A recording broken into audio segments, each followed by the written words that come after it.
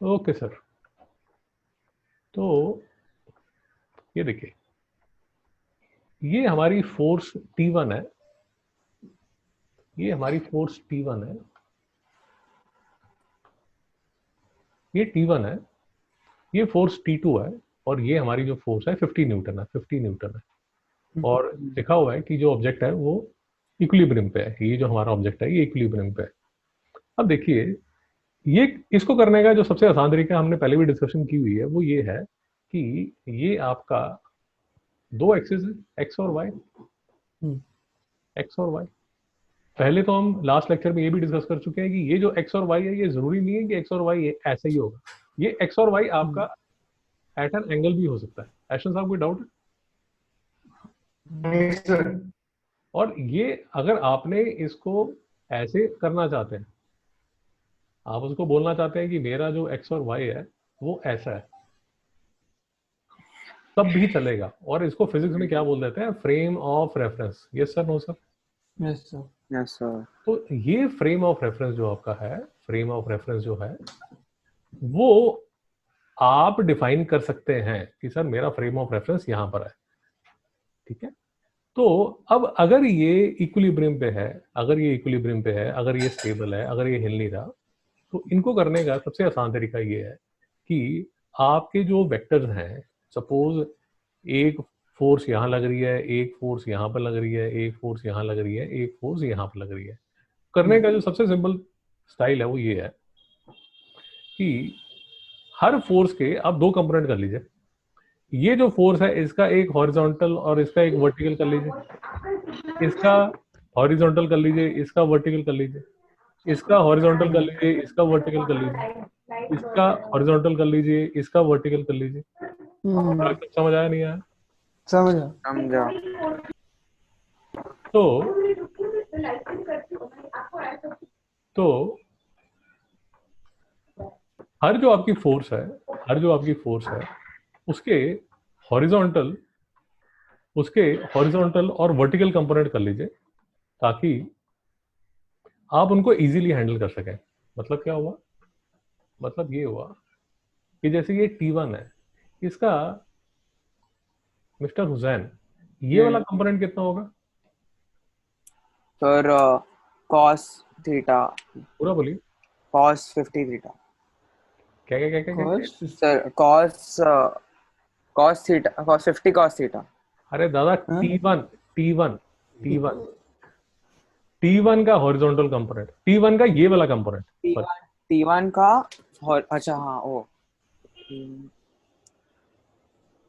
Last lecture में हमने किया था ना कि अगर ये T1 है हाँ तो ये एंगल अगर थीटा है तो इसका ये वाला कंपोनेंट कितना होगा और ये वाला T1 cos cos 13 कॉस 30, और ये उस साइड कितना? वाला T1 sin साइन 13। 30।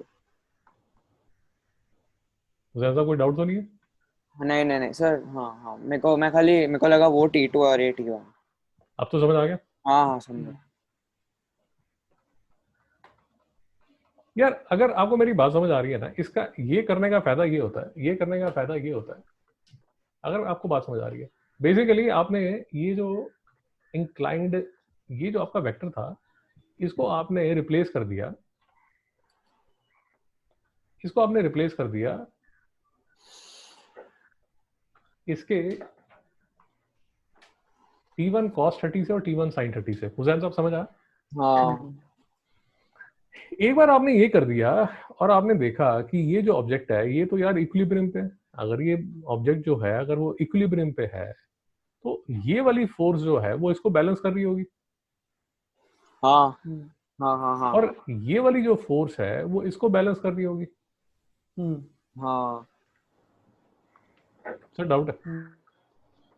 नहीं नहीं मतलब, सर। वो साइड पे भी 50 होगा। अरे दादा, जो ऑब्जेक्ट है वो, हाँ, आप ऐसे देखिए, आप ऐसे देखिए, इसको देखने का एक बड़ा सिंपल सा स्टाइल ये है कि ये आपका बॉल है, मेटालिक बॉल है। अब उसको एक आदमी यहां से खींच रहा है और जो दूसरा आदमी है वो यहां से खींच रहा है, और ये जो बॉल है ये हिल नहीं रही, स्टैटिक है। हम्म। So can we say that force F1 is equal to force F2? Yes or no, sir? Yes sir. Yes sir. मुश्किल तो नहीं है। अगर ये बॉल जो है वो अगर इस साइड हिल जाती है, अगर ये बॉल इस साइड हिलती है, so am I right in saying कि F2 is greater than F1, Hussain साहब? हाँ हाँ और हाँ। अगर ये बॉल इस साइड जाती है, so am I right in saying कि F1 is F1 is greater? greater than F2। Logical है, कोई प्रॉब्लम तो नहीं है। नहीं सर। तो अगर ये ऑब्जेक्ट इक्विलिब्रियम पे है, अगर ये ऑब्जेक्ट इक्विलिब्रियम पे है, स्टैटिक है, तो T1 sin 30 would be equal to 50 and T2 would be equal to T1 cos 30. Yes sir, no sir? Yes sir. हाँ हाँ हाँ। हुसैन साहब मुश्किल है? नहीं नहीं नहीं, अभी समझा। T1 की वैल्यू आप निकाल सकते हैं। हाँ साइन T1 क्या होगा? 50 हाफ अपॉन साइन 30। हम्म साइन 30 कितना होता है? Half half sine 30 into two हो जाएगा। T1 100 न्यूटन हाँ हो 1 जाएगा। अपॉन 2। हाँ ओके। और ये जो T1 की वैल्यू है, इस T1 की वैल्यू को आप यहां डाल लीजिए, तो आपका T2 निकल आएगा। Okay okay okay okay. हाँ हाँ, हुसैन साहब नहीं समझा? समझा समझा। 100 इंटू तो कॉस मतलब 50 इंटू 1.7। नहीं 100 इंटू T1 तो 100 है ना? 100 इंटू 1 अपॉन रूट 3। cos 30 की वैल्यू क्या होती है? √3/2। √3/2 तो फिर डिवाइड होएगा ना, 50 इंटू √3। हाँ वही बोला। नहीं समझ आ रहा सर। समझा समझा। समझ आया। ऐशल साहब समझ आ? हाँ सर। ऐशल साहब या तो म्यूट पे जाइए या पीछे से आवाज कम कीजिए, आपकी तरफ से आवाज बहुत आ रही है। या म्यूट पे चले हाँ जाइए, हाँ हाँ। म्यूट पे चले जाइए। ओके हुसैन साहब, ये क्वेश्चन कैसे करेंगे? फिर से जो ऑब्जेक्ट है, ये जो ऑब्जेक्ट है, ये जो ऑब्जेक्ट है, फ्रेम ऑफ ये। हाँ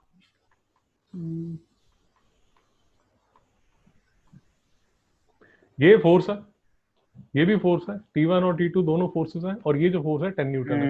आपको T1 एंड T2 निकालना है। बताइए। हाँ। और T2 इक्वल टू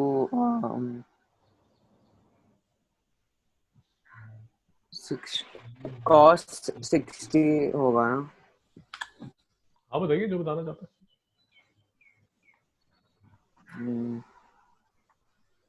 इसके पहले दो पार्ट कर लेते हैं। हम लोग को वर्टिकल मिल गया है बिकॉज 10 न्यूटन वर्टिकल है ना। यार आप ये देखिए, आप ये देखिए हुसैन साहब, आप सिंपल ये कीजिए कि ये जो T2 है, इसका ये वाला कंपोनेंट कितना होगा?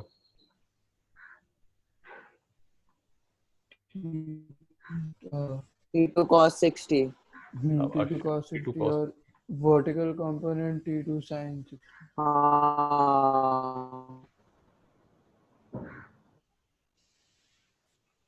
हेलो। हेलो हाँ जी, हेलो। हाँ जी, हाँ जी। Okay okay. तो हुसैन साहब, ये जो है ये हाँ T2 cos 60 और ये हाँ। कंपोनेंट हो जाएगा T2 sin T2 60। sin 60। हाँ T2 sin 60। ओके, तो अब मैं just for the sake of simplifying, मैं T2 को क्या डिलीट कर सकता हूँ क्या? हाँ अभी से कर सकता हूँ, कोई प्रॉब्लम तो नहीं है? प्रॉब्लम है तो लेकिन T2 फाइंड करने का है ना यार, बट T2 के भाइयों को मैंने यहाँ हाँ लगा दिया। हाँ हाँ हाँ। T2 के अभी भाइयों समझा अभी समझा अभी समझा। T2 के जो ब्रदर हैं, जो रिप्रेजेंटेटिव हैं, उनको मैं यहाँ लगा दिया। हाँ हाँ हाँ हाँ अरे हमने एडिशन ऑफ वेक्टर्स किया ना दोस्त। हाँ समझा तो मैं। अगर ये दो वेक्टर्स हैं T2 cos 60 और ये है T2 sin 60, तो एडिशन ऑफ वेक्टर्स का मतलब this can be represented by this vector. हाँ हाँ हाँ अब हमने उल्टा कर रहे हैं, अब हम उल्टा कर रहे हैं, हम उसको निकाल ही दे रहे हैं, हम उसके रिप्रेजेंटेटिव को लेके आ रहे हैं। उसी तरह ये जो T1 है हुसैन साहब, इसके भी दो कंपोनेंट्स। ये वाला कंपोनेंट कितना होगा? ये वाला T1 cos 60. cos 60 और हुसैन साहब यही कितना होगा? T1 sin 60 अब सिर्फ थोड़ा सा प्रेशर कम करने के लिए मैं इसको निकाल ही देता हूँ। मिस्टर चिराग आप कुछ नहीं बोलेंगे? ठीक है। मिस्टर हुसैन आप बताइए, दो इक्वेशन कौन सी बनती है? हॉरिजॉन्टल इक्वेशन क्या बनती है? हॉरिजॉन्टल इक्वेशन क्या बनती है? हॉरिजॉन्टल बनेगी T1 T1 is equal to T2 नहीं, T1 is equal to ना हॉरिजॉन्टल में ये एक, नहीं समझ में आ रहा है। हाँ कोई नहीं, हॉरिजॉन्टल में एक फोर्स तो ये हाँ और दूसरी फोर्स ये। हाँ हाँ हाँ नहीं समझ में आया? समझा समझा ये समझा। इक्विलिब्रियम है ना यार। हाँ तो पहली इक्वेशन हॉरिजॉन्टल की क्या बनेगी?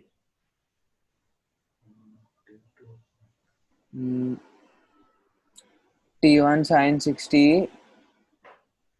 is equal to T2। हाँ हाँ हाँ समझा समझ में आया? समझा समझा। अरे चीजें आसान नहीं है, हाँ हाँ हाँ हाँ शुरू में डिफिकल्ट लगती हैं, 10-15 सवाल करोगे तो समझ आएगा। बट ये अज्यूम मत करो अरे ये तो हमारी 9-10 की फिजिक्स है, फटाफट हो जाएगी। हाँ ठीक है ठीक है ठीक है। 9-10 की फिजिक्स नहीं है। वर्टिकल क्या होगी सर? वर्टिकल होगा 10 is equal to T2 sin 60। Vertical में कौन सी फोर्स लग रही है? वर्टिकल में 10 न्यूटन और कौन सी लग रही है? और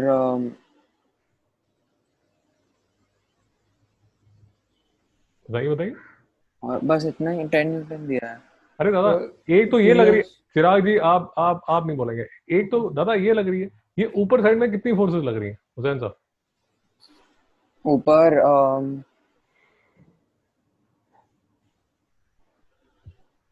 दो कौन सी? T1 cos 60 T2 sin 60। नहीं समझ में आया। सर ऊपर दो क्यों लगेंगे? ऊपर दो क्यों लगेंगे आप बताओ? अच्छा ओके तो हाँ T1 के भी दो कंपोनेंट्स है ना यस इसलिए। सर, यस हाँ सर, हाँ 3 बैग्स फुल। वेट हाँ वेट वेट। ठीक है अभी समझा हम्म। समझा। अब मैं ज़्यादा मैथ्स में नहीं जाऊंगा क्योंकि मैं तो आपको ये चीज़ समझाना चाहता हूँ। मैं एज्यूम कर रहा हूँ कि बेसिक मैथ्स आपका, फंडामेंटल मैथ्स में कोई प्रॉब्लम नहीं होगी। मैं आपको सिर्फ ये बताना चाहता हूँ कि ये देखिए, T1 √3/2 is equal to T2 क्या है, और 60 क्या होता है? cos 60 0.5. 1/2। तो ये भाग गया, तो T1 √3 is equal to T2। और हाँ ये जो वैल्यू है ये आप यहाँ डाल दोगे। T1 √3 is equal to T2 हाँ n is equal to T1 T1 √3 Sin into 1/√3.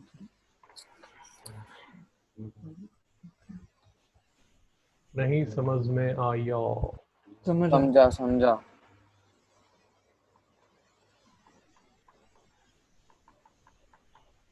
हाँ T1 हाँ कितना आ जाएगा? सर हाँ अभी समझा। T1 कितना आ जाएगा? T1 is equal to 5 Newton कैसे? हाँ सोचो। कॉमन लेके किया समझा। हाँ ओके। अरे भैया, दिमाग को थोड़ा तकलीफ दो। दिमाग आपका ऐसे चेयर पे बैठा हुआ है, चेयर पे भी नहीं, आपका जो दिमाग है ऐसे बेड पे लेटा हुआ है, बढ़िया एकदम फर्स्ट क्लास। कोई मम्मी पराठे लेके आएगी, तो पहले तो ये दिमाग को लेके आओ चेयर पे, चेयर के बाद उसको दिमाग को खड़ा कर दो, और फिर थोड़ी देर बाद उसको भगाना शुरू करो, भाग चले। नहीं समझ आया? समझा। अरे भैया 9-10 की फिजिक्स नहीं है, हाँ तो थोड़ा दिमाग पे प्रेशर डाल के रखो। ओके, थोड़ा सा इसको समझने की कोशिश करते हैं। हम्म चिराग जी आप कुछ बोलना चाहते हैं? बस अब आप बोलिए। एक्सप्रेस आर एंड एफ, ये फोर्सेस है यार कोई। R F W, R F W, they are forces. और ये जो ऑब्जेक्ट है, फिर से ये जो ऑब्जेक्ट है ये इक्विलिब्रियम पे है। इक्विलिब्रियम मतलब जो बॉडी है वो स्टैटिक है, हिल नहीं रही। तो जब बॉडी इक्विलिब्रियम पे है तो मतलब रिजल्टेंट जीरो है। नहीं समझ में आया? समझा। हुसैन साहब नहीं समझा? समझा समझा। मतलब रिजल्टेंट जीरो है जब इक्विलिब्रियम में होगा। हाँ, वही जो हमने पहले यहाँ पर ये लिया था ना, कि एज्यूम कर लीजिए कि ये आपकी बॉल है, एज्यूम कर लीजिए बॉल है, और यहाँ से एक आदमी इसको यहाँ खींच रहा है, यहाँ से एक आदमी यहाँ खींच रहा है, यहाँ से एक हाँ, आदमी यहाँ क्योंकि कोई मूवमेंट नहीं है ना। कोई मूवमेंट नहीं है यार उसकी, हम्म तो उसका जो रिजल्ट हो रहा है वो जीरो हो रहा है। हाँ कॉमन उसमें, कॉमन लैंग्वेज में समझ लीजिए, आपका क्या नाम है इसका, आपके डैड कह रहे हैं बायोलॉजी ले ले, आपकी मॉम कह रही है मैथ्स ले ले, आपके ग्रैंडफादर कह रहे हैं भैया फार्मिंग कर लो सबसे बेस्ट है, फार्मिंग इज बेस्ट, बट आप तो हिल ही नहीं रहे, स्टैटिक हो आप स्टैटिक हो। तो कहने का मतलब ये ये इसका कोई रिजल्ट नहीं हो रहा ना, नहीं समझ आ रहा, नहीं समझ आ रहा। समझा। अब यही यहाँ से आपकी आई गर्लफ्रेंड, उसने बोला हुसैन चल भागे घर से, ये लेके भाग गया आपको, और हुसैन मिस्टर हुसैन भी इस साइड चले गए। तो ये जो है इस फोर्स ने सारा चेंज कर दिया। तो हाँ स्टैटिक हुसैन था, उसको सब चेंज कर दिया। हाँ एशनो साहब नहीं समझा? समझा। क्या ये वेक्टर समझ आया या आशिकी समझ आई? सब कुछ समझ आ रहा है। ठीक, ओके। हुसैन साहब चले आगे। हाँ। तो अब चिराग जी इसको कैसे सॉल्व करें, ये जो हमारे सामने मुसीबत है। देखिए हुसैन साहब पहले तो चिराग जी 2 मिनट बस, उसके बाद आप ही बोलेंगे। ये देखिए, ये जो था अगर आप बात समझ रहे हैं, थोड़ा सा हिंट मैं आपको दे देता हूँ। ये जो था इसमें फ्रेम ऑफ रेफरेंस ऐसे सीधा था, इसमें फ्रेम ऑफ रेफरेंस सीधा था क्योंकि हम चीज़ों को थोड़ा नॉर्मल रखना चाहते थे। थोड़ा सा हिंट ये है कि इसमें आप फ्रेम ऑफ रेफरेंस को टेढ़ा कर सकते हैं। चिराग जी बोलिए। तो पहले तो हम इसको ऐसे सीधा कर सकते तो आसान हो, मतलब चलिए समझने को आसान चलिए ठीक है, चलिए ठीक है, ये भी आप अच्छा बोल रहे हैं, ठीक है। और उसके बाद हाँ, तो ये पहले तो आर का ऑपोजिट फोर्स, तो ये फोर्स का वैल्यू एक W cos थीटा, शाबाश जो आर से सीधा नीचे जाएगा, W cos शाबाश थीटा। शाबाश। फिर F के ऑपोजिट होगा W साइन थीटा, शाबाश, वेरी नाइस, तो W cos theta is equal to R, W sin theta is equal to very F। Nice, very nice, शाबाश, बहुत बढ़िया।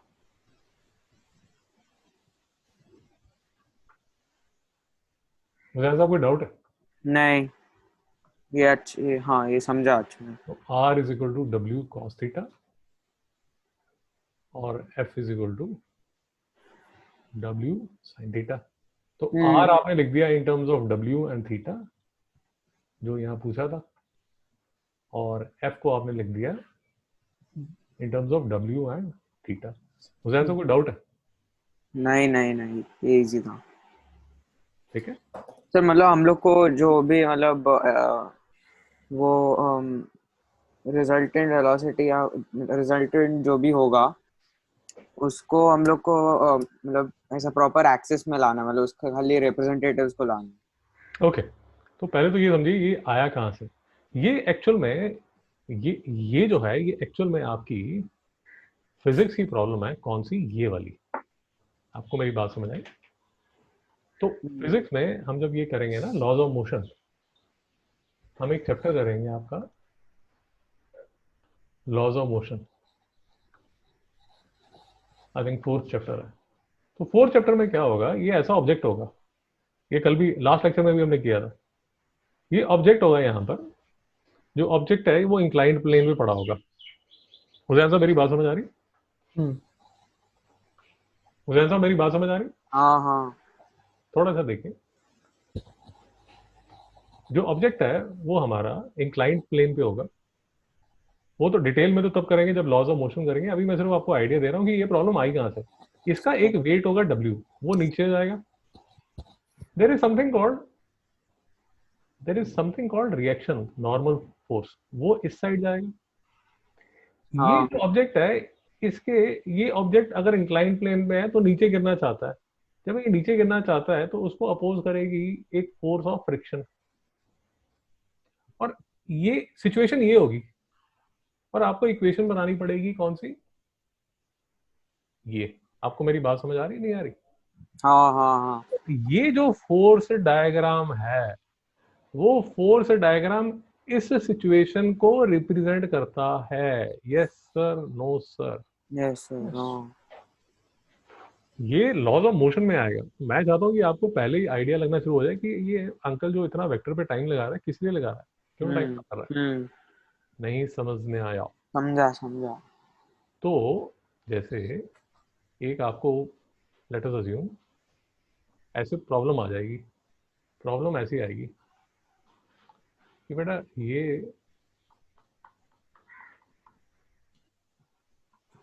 ये ऐसे आपने एक, चलिए इसको ऐसे कर लेते हैं, चलो ठीक है, वहाँ ऐसे भी ठीक सर ये मिरर है है। ये दादा मेरा नहीं है, ये है, क्या बोलते हैं आप इसको, एक सेकंड यार, एक सेकंड। ये एक ऑब्जेक्ट है, वेट है, वेट है। इसको आपने थ्रेड से, ये थ्रेड है, थ्रेड से आपने इसको छत से बांधा हुआ है। छत, क्या बोलते हो भैया छत को इंग्लिश में? Roof roof. हुसैन साहब बात समझ आए? समझा ये कोई एंगल दिया होगा आपको 60 डिग्री, ये एंगल आपको दिया होगा 30 डिग्री, 90 और आपको ये बोल देंगे कि सर इसका वेट है 10 न्यूटन। तो मतलब फोर्स ना जी, वेट इज फोर्स, याद हाँ रखिए। वो वेट इज फोर्स, वो याद रखिए। वेट और मास डिफरेंट है, ये नहीं मैं आपको बार बार समझाऊंगा। वेट जहां भी आएगा वो फोर्स होगा, हाँ तो फोर्स का जो यूनिट है वो न्यूटन होता है। हाँ ठीक है, तो ये बात तो हम बिना समझे, मतलब ये बात पे तो कोई डिस्कशन ही नहीं होगी। ठीक है ना, मास जो है वो केजी होता है, इस पे हम कोई डिस्कशन नहीं करेंगे।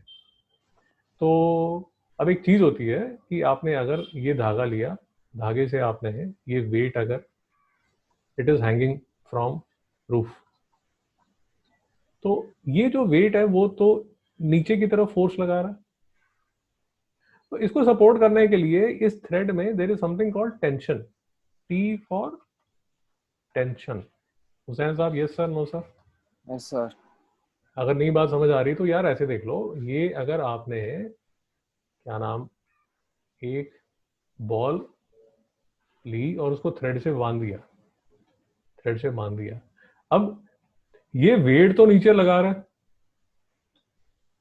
बट जो बॉल है, वो नीचे तो नहीं गिर रही, नहीं स्टैटिक है ना। हाँ हाँ हाँ तो अगर ये स्टैटिक है तो ऊपर भी कोई फोर्स लग रही होगी। Yes sir, no sir? Yes sir तभी तो ये स्टैटिक होगा।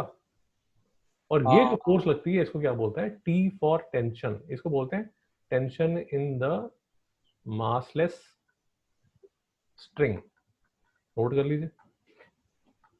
हम्म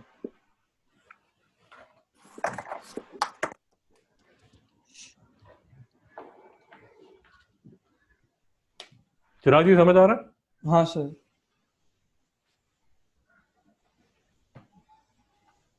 मिस्टर चिराग समझ आ रहा है?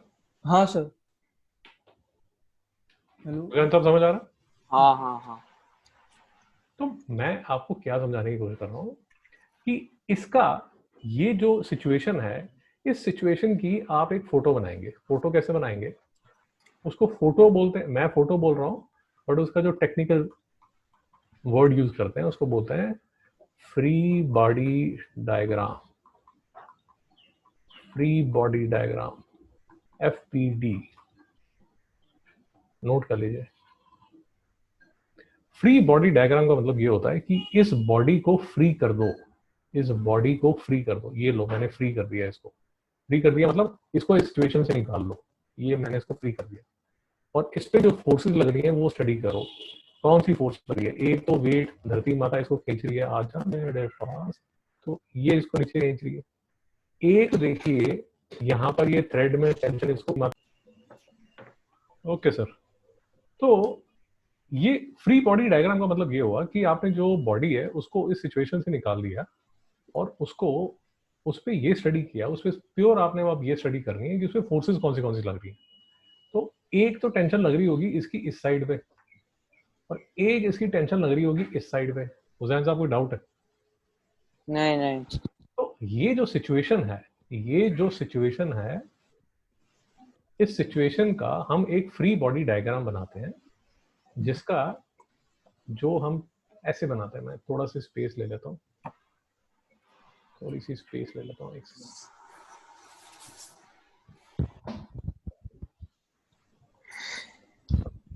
ये मेरा ऑब्जेक्ट है, इसका ये वेट है। वेट का अगर आपको लॉजिक समझ आ रहा है तो ये अगर 60 डिग्री है तो हुसैन साहब ये 60 डिग्री होगा, हाँ ये 30 डिग्री, ऑल्टरनेट। yes, 30 या ये फिर वो 30 है तो ये 30 डिग्री होगा। हाँ वो 60। तो अगर आपको मेरी बात समझ आ रही है, मैं इसका अगर यहाँ फ्री बॉडी डायग्राम बनाऊंगा तो एक फोर्स जो लगेगी वो लगेगी ये T1 eight an angle 30 degree. T1 लगेगी एट एन एंगल 30 डिग्री और दूसरी लगेगी T2 eight an angle 60 degree. हाँ T2 eight an angle 60 degree. और आपको कैलकुलेट करना होगा T1 एंड T2। आपको मेरी बात समझ आ रही है, नहीं आ रही? हाँ हाँ हाँ। और वेट लेट अस अज्यूम उसने 10 न्यूटन आपको दिया हुआ है। सर इसमें भी ऊपर जो वर्टिकल फोर्स है उसमें दो कंपोनेंट्स रहेंगे ना? Yes sir. देखिए मैं फिर से समझिए मेरी, मैं आपको क्या समझाने की कोशिश कर रहा हूँ। मैं आपको बताने की कोशिश कर रहा हूँ कि ये एक फिजिक्स की सिचुएशन है। ये जो थी, ये एक फिजिक्स की सिचुएशन है जिसका यहाँ जो हमने किया था हाँ वो उसका फ्री बॉडी डायग्राम है बेसिकली। इस सिचुएशन को आपने इस फ्री बॉडी डायग्राम से रिप्लेस कर दिया। नहीं समझ में आया? समझा समझा।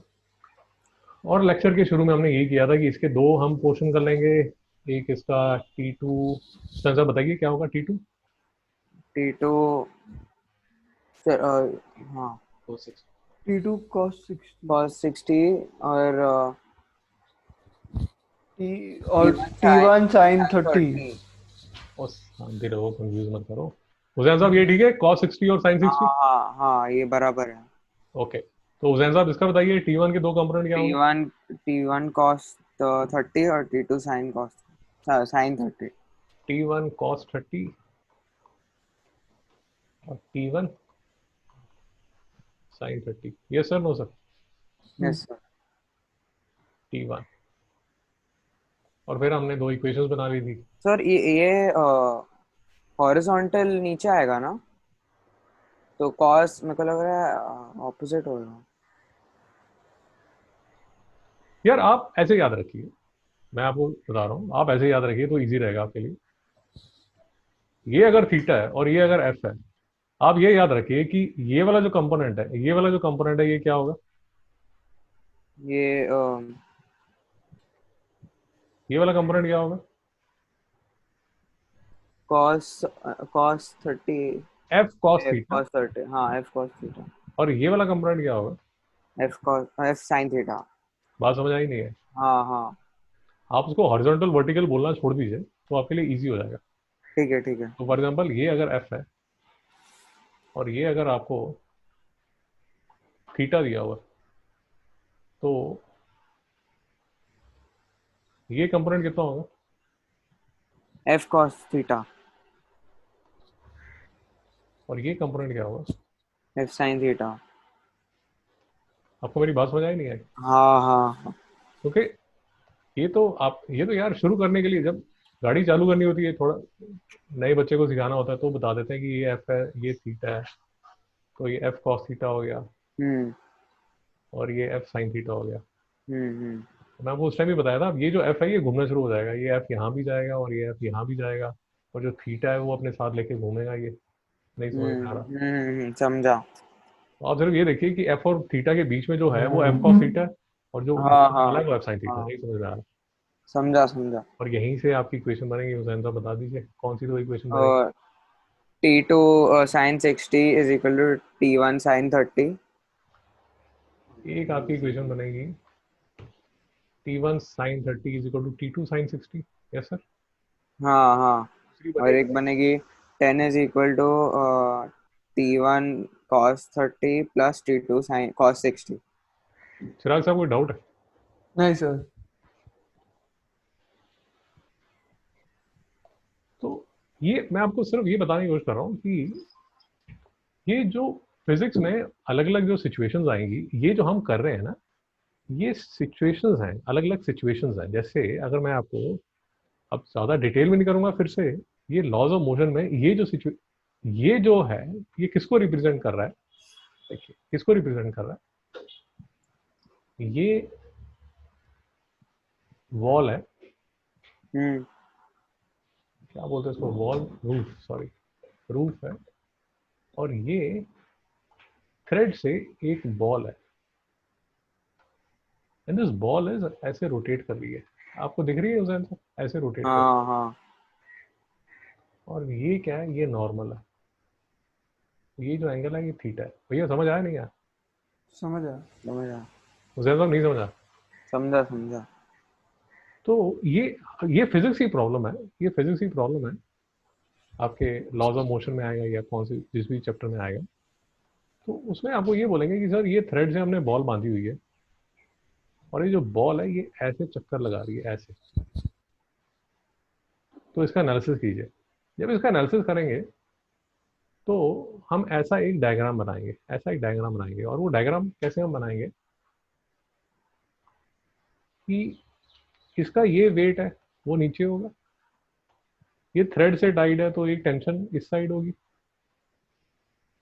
And there be a centripetal force. मैं अब ज़्यादा उसके डिटेल में नहीं जा रहा क्योंकि वो अलग, ये अलग से टॉपिक है, बट इसको थोड़ा सा इन टर्म्स ऑफ अगर मैंने फोर्सेस देखना हो तो ये बनता है, ऐसा बनता है।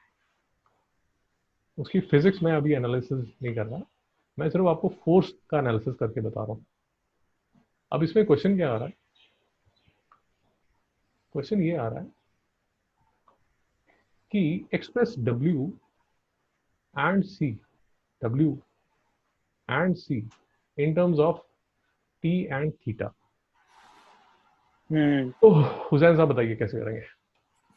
सर इसमें हाँ, पहले वो फ्रेम ऑफ रेफरेंस बनाना है, फिर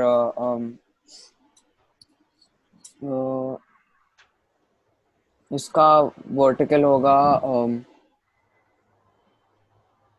T cos theta,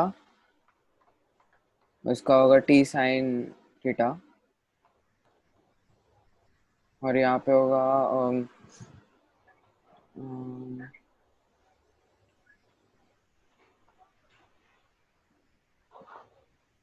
C equation क्या बनेगी? इक्वेशन फर्स्ट इक्वेशन क्या?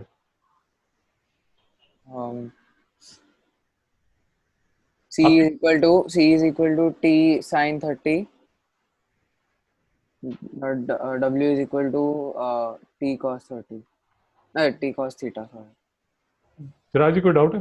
नहीं सर। तो ये आपने एक्सप्रेस कर दिया W in terms of T and theta and C in terms of T and theta। हाँ हुसैन साहब ठीक है? हाँ हाँ हाँ। काम कर रहे हैं यार, स्केलर प्रोडक्ट कल करते हैं, चलेगा? हाँ ठीक है। तो नेट नेट मेरी बात समझिए, जो भी हमारे पास फिजिक्स की प्रॉब्लम आएगी, यूजुअली जो भी हमारे पास फिजिक्स की प्रॉब्लम आएगी मैकेनिक्स में पहले 3-4 चैप्टर में, उसके हम ये फोर्स डायग्राम्स बनाएंगे। और फोर्स डायग्राम में बेसिकली इसको बोलते हैं rectangular components of force. Rectangular components of force, rectangular components of force का मतलब ये हो गया कि मेरे पास अगर ये फोर्स है तो इसके मैं 2 कंपोनेंट बना देता हूँ, आपको बात समझ आई? हाँ हाँ तो ये जो आपने इसके 2 कंपोनेंट बना दिए, एक कंपोनेंट आपने ये बनाया और ये कंपोनेंट आपने ये बनाया, तो इन दोनों को क्या बोलते हैं? Rectangular components of force. Yes sir, no sir? Yes sir. और इसी से आप जो फिजिक्स की प्रॉब्लम है उसको एनालिसिस करते हो। और मैं थोड़ा सा आपको और ज्ञान दूंगा, बस बाकी खत्म करते हैं। ये सारा जो चल रहा है, ये सारा जो हम कर रहे हैं वो 2D कर रहे हैं, आपको दिख रहा है ना? तो वेक्टर है, उसके सिर्फ 2 कंपोनेंट कर रहे हैं, ये वाले एक्स और वाई। 3D वाला जो कंपोनेंट्स किया जाता है वो आप अगर इंजीनियरिंग करेंगे तो पता नहीं फर्स्ट ईयर में या सेकंड ईयर में आपको टॉपिक आएगा इंजीनियरिंग मैकेनिक्स। उसमें ये पूरा एक सेमेस्टर का आपका सब्जेक्ट रहेगा, इसमें आप इसी को यूज करोगे। मेरी बात समझ आ रही नहीं आ रही? समझ आ रही है। ठीक है सर, कल जो स्केलर प्रोडक्ट है वो फिर कल करते हैं, कल के लेक्चर में करते हैं। ओके ठीक ठीक है है सर। ठीक है sir? Okay okay sir, thank you thank you sir. Very much.